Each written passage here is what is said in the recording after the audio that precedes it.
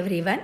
ಗಣೇಶ ಚತುರ್ಥಿಯ ವಿಶೇಷವಾಗಿ ಗಣೇಶನಿಗೆ ಪ್ರಿಯವಾದ ಲಡ್ಡುಗಳಲ್ಲಿ ಒಂದು ಮೋತಿಚೂರ್ ಲಡ್ಡುನ ಹೇಗೆ ಮಾಡೋದು ಅಂತ ನೋಡೋಣ.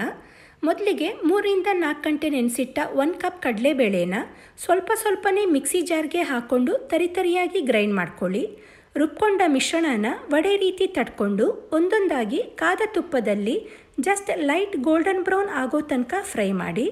ಅದನ್ನು ಆರಿಸ್ಕೊಂಡು ಸಣ್ಣ ಪೀಸಸ್ ಮಾಡಿ ಮಿಕ್ಸಿ ಜಾರ್ಗೆ ಹಾಕಿ ಸಣ್ಣ ರವೆ ರೀತಿ ಗ್ರೈಂಡ್ ಮಾಡ್ಕೊಳ್ಳಿ.